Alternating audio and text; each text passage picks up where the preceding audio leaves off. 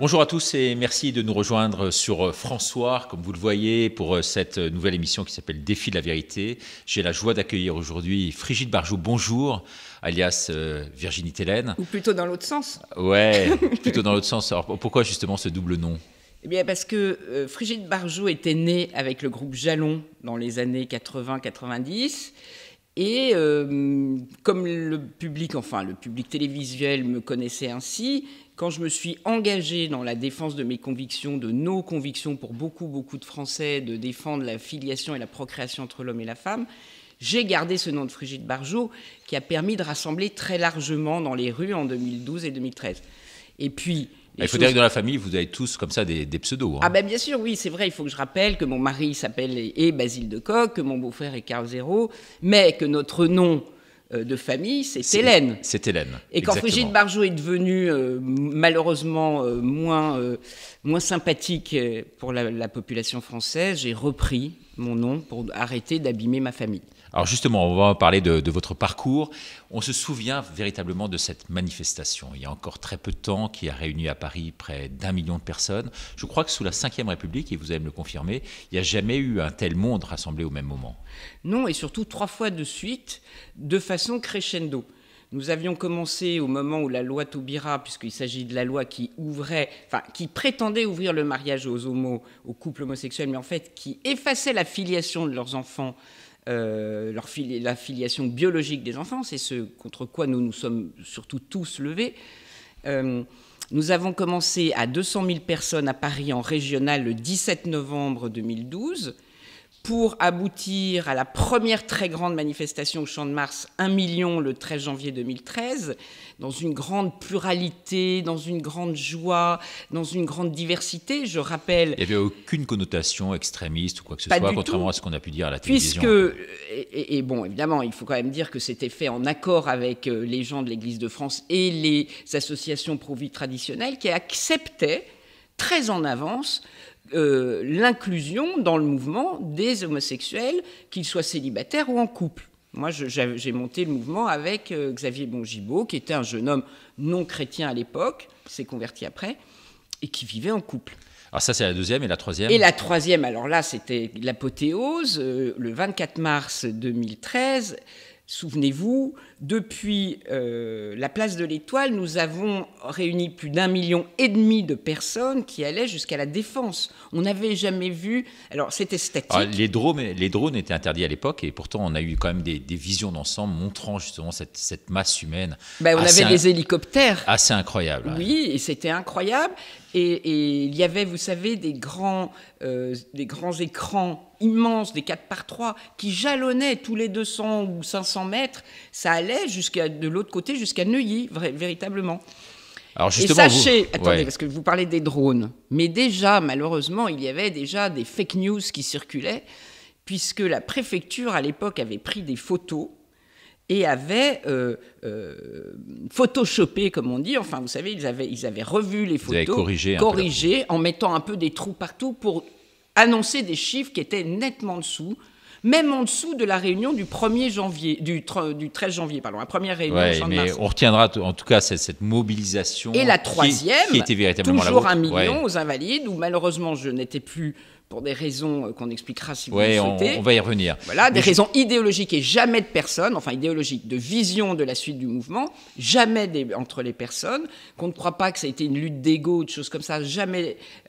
C'était vraiment une vision des choses par rapport à ce qui se jouait. Mais en tout cas, la lancée était encore là et va continuer encore longtemps, même après la séparation du mouvement. Sûrement. Alors moi, je voudrais revenir justement sur votre position à vous. Vous étiez sur le devant de la scène, vous haranguiez les foules à l'époque.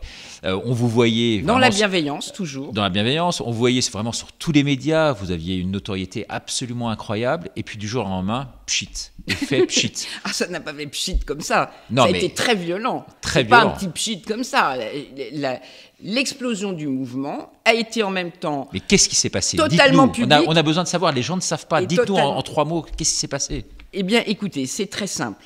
La base du mouvement s'est constituée sur cette idée très simple que on ne pouvait pas plus continuer à exclure une catégorie de couples pour cause d'homosexualité, de la procréation, de l'union, de la vie affective et sociale. Et au tout début, les mouvements traditionnels, notamment la Fondation Le Jeune, avec Ludovine de la Rochère, avaient accepté cette idée d'inclure dans l'union civile, enfin l'union des homos, ces couples dans lesquels on ne changerait pas la filiation. Il n'y aurait pas d'adoption plénière, si vous voulez, pour ne pas changer la filiation des enfants qui naîtraient dans ces couples-là. Ce qui supposait bien évidemment qu'il fallait qu'il y ait une mère ou un père biologique externe à ce couple. D'accord, donc il y a eu un problème fondamental. D'union civile par rapport à la position traditionnelle de l'Église qui disait non, pas d'union, ou le pacte simplement pour les homosexuels, c'est-à-dire pas d'enfants pour les homosexuels. Donc très clairement, vous avez été éjecté du mouvement, il faut appeler un chat un chat. C'est-à-dire que quand la loi est avancée, elle a été votée le 24 avril, et un peu plus tard, avant, il avait été prévu qu'au vote de la loi, j'annonce avant que le Conseil constitutionnel ne valide la loi, j'annonce en tant que Virginie Frigide, avec son aile progressiste, entre guillemets, avec les homos, on annonce notre projet d'union civile.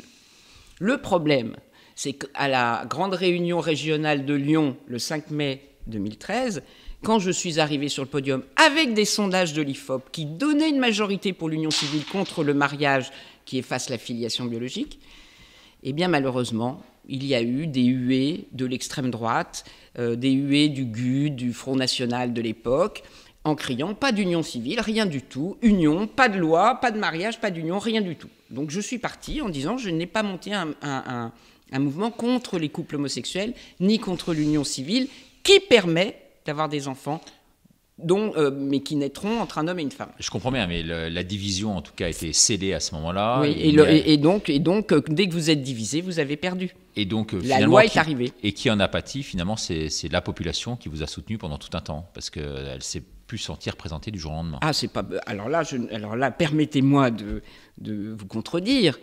Elle a continué à suivre la marque, la Manif pour tous, qui a été reprise par Ludovine et d'autres. Peut-être, mais pas avec le succès initial, en tous les cas. Mais non, parce qu'on a perdu toute une partie c'est ce que je vous dis. Ouverte de la population. Oui, mais cher, moi j'ai monté ma propre association, l'Avenir pour tous, qui a repris la ligne initiale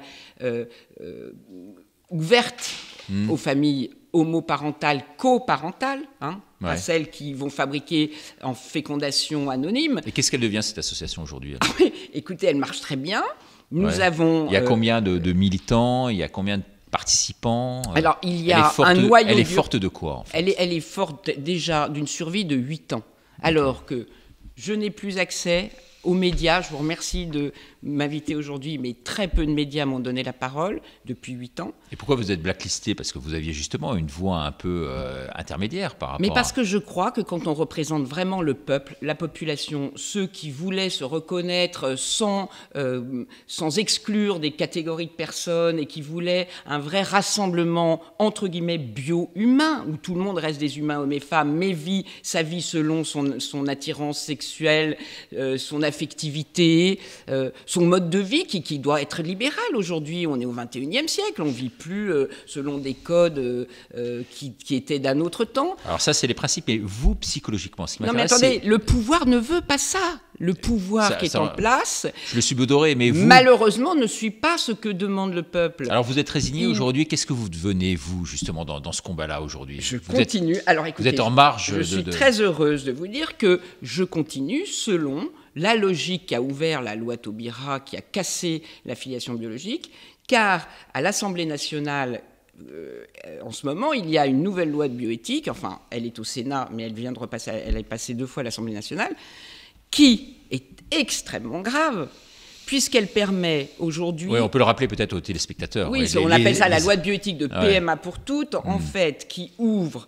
le point principal, c'est quoi? Un mode c'est les bébés à 8 voilà. C'est-à-dire que toute femme sans homme, même une femme mariée avec un homme, c'est-à-dire 11 millions de femmes en France de 18 à 43 ans, pourront, quand la loi sera votée, si on ne s'y oppose pas intelligemment, aller demander à un gynécologue ou à une clinique reproductive de faire un enfant sans homme qui sera fécondé in vitro en faisant des embryons surnuméraires avec des semences anonymes. Nous ne savons pas aujourd'hui si ces semences ne seront pas manipulées alors qu'elles portent le code ADN de la vie humaine. Il y a ça, et puis également les bébés, en fait, dans le ventre de leur mère, qui seront tués également jusqu'à 8 mois, c'est ça, hein. 9 mois, 9 mois, incroyable. En deuxième lecture à l'Assemblée nationale, il a été rajouté que pour des raisons non pas de maladie de l'enfant, mais pour un mal-être de la maman, de la femme qui a décidé d'aller faire sa fécondation in vitro seule, elle pourrait aussi bien décider que ça ne va plus, elle a eu des bouleversements dans sa vie, elle ne garde plus l'enfant, et on va le mettre à mort à 9 mois, juste à quelques jours avant l'accouchement. Je dis à cela, cher Richard, c'est très grave, que nous, à l'Avenir pour tous, nous proposons le même système de coparentalité. Pourquoi aujourd'hui ne peut-on pas, plutôt que de proposer la mort d'un enfant né ou conçu naturellement, parce qu'il y a aussi, excusez-moi, mais il y a quand même l'immense majorité des enfants sont conçus entre l'homme et la femme, soit dans un couple stable, soit dans une rencontre, mais souvent dans une famille d'hommes et de femmes. Bien. Eh bien, pourquoi ces enfants dont au dernier moment il y aurait un drame, au lieu de le tuer, d'enlever une vie naturelle, on ne le confie pas en coparentalité ou en adoption simple, parce qu'on sait qui est la maman, même si elle n'a plus de droit sur l'enfant parce qu'elle les aurait abandonnés, ne confie-t-on pas cet enfant à des couples qui n'en ont pas? Oui, donc si je comprends bien derrière tout ça, ces enfants ne sont pas des objets qu'on met à mort comme ça. On a bien compris, mais derrière tout ça, ce que vous prenez, en fait, c'est vraiment calquer le système de l'adoption sur ce système-là. C'est plus que de l'adoption, parce que dans l'adoption, normalement, on efface les origines. Là, c'est beaucoup plus une sorte de contrat passé entre personnes intelligentes, entre personnes sexuées ou homosexuées, pour que la vie continue de façon biologique, naturelle et aimante. Il vaut mieux 3 parents que pas de parents et un enfant mort. Sachez une chose, je me permets de rajouter, c'est que là, en janvier 2021, non seulement cette loi va avec cet IMG à 9 mois, enfin, IMG, c'est interruption médicale de grossesse, mais là, il n'y a pas de maladie. C'est pas volontaire, c'est médical. Ah, c'est médical. Volontaire, en revanche, sachez qu'il y a un projet de loi arrive le 20 janvier, là, 2021, qui va passer l'interruption volontaire de grossesse de 12 à 14 semaines. Comme si on avançait à nouveau la destruction des enfants naturels, donc, alors qu'à 14 semaines, cher, le cerveau est formé. Le crâne est dur. Oui, on imagine bien, mais... Vous imaginez comme c'est affreux? Alors que là aussi, pourquoi ne pas inventer une autre façon de faire venir la vie et de la proposer à des gens qui n'y ont pas accès? Et comment vous expliquez un peu tout cela, tous ces mécanismes qui sont nauséabonds aujourd'hui? Enfin, nauséabonds, en tout cas, c'est une culture de mort, comme le disait Jean-Paul II.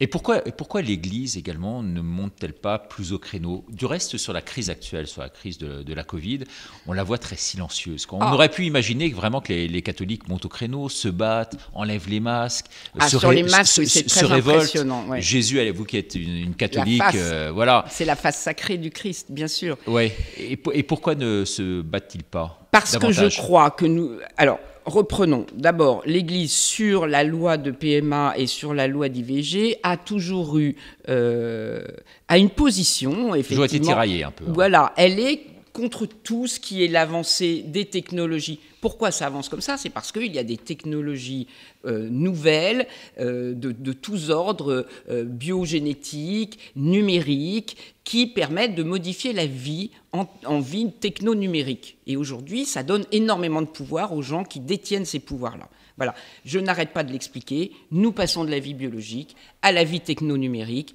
et nous devons mettre une limite qui est la limite de notre humanité.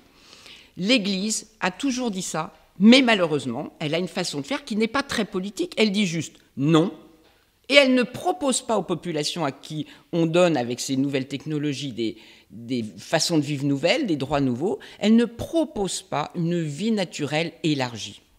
C'est en cela qu'on s'est séparés au moment du mariage de même sexe. Alors justement, le pape, derrière tout ça, vous pensez qu'il est en partie responsable de cette situation ou pas? Ou Écoutez, lui donner un quitus aujourd'hui, non, alors une sorte d'imprimature? Je dois dire que le pape, alors d'abord, moi les papes, ils ont été extrêmement importants dans ma vie, de Jean-Paul II qui m'a fait ouvrir les yeux sur justement cette culture de mort et comment la vie naturelle, c'est-à-dire la vie humaine s'en allait.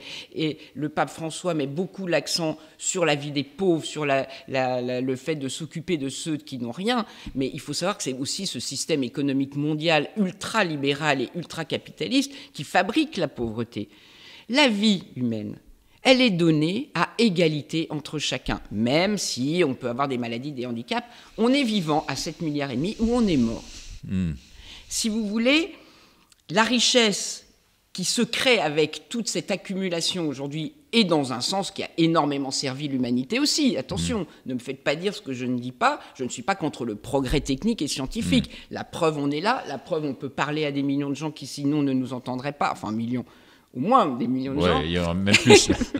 Grâce à vous, il y en aura plus. En tout cas, ce que je veux dire, c'est qu'il y a une technicité qui est bonne si elle est toujours tournée vers l'humanité en amélioration. Alors, vous êtes pour le progrès, mais vous n'êtes pas anti-vax, vous, en quelque sorte. Ça dépend si le vaccin va nous faire du bien. C'est toujours la même chose. Est-ce que ça va nous soigner, améliorer et enlever des maladies qui ont ravagé l'humanité, ou est-ce que, en fait, c'est une modification, une augmentation masquée, cachée de l'ADN humain et donc de la modification de l'être humain au cœur même du code de la vie. Ou OGM, mais vous avez le choix entre. Écoutez, pour moi, la double mal finalement, non? La FIV OGM ou le vaccin OGM, on ne sait pas encore s'il sera vraiment modificateur, mais il envoie du matériel génétique, ça c'est absolument évident.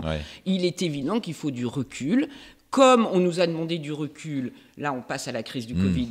Comme on nous a demandé du recul sur les médicaments, qu'il fallait faire des tas d'études randomisées en triple aveugle, double je sais pas quoi et machin. Et là, on nous dit, non, finalement, on va le donner là, à partir du 4 janvier aux personnes âgées. Alors qu'il n'y a pas eu d'études randomisées, qu'il n'y a pas... Bon, voilà, moi je suis sur cette ligne-là. Donc vous n'allez pas vous faire vacciner, vous? Pour le moment, non. Je vais attendre. D'accord. Voilà, et surtout... Mais vous n'êtes pas opposé fondamentalement au vaccin? Jamais, mes enfants étaient vaccinés. Je pense qu'en revanche, on est passé, mes enfants ont 20 ans, donc à l'époque, il fallait rubéole, etc., etc. Je l'ai fait. On a un bon carnet de vaccination à jour, etc.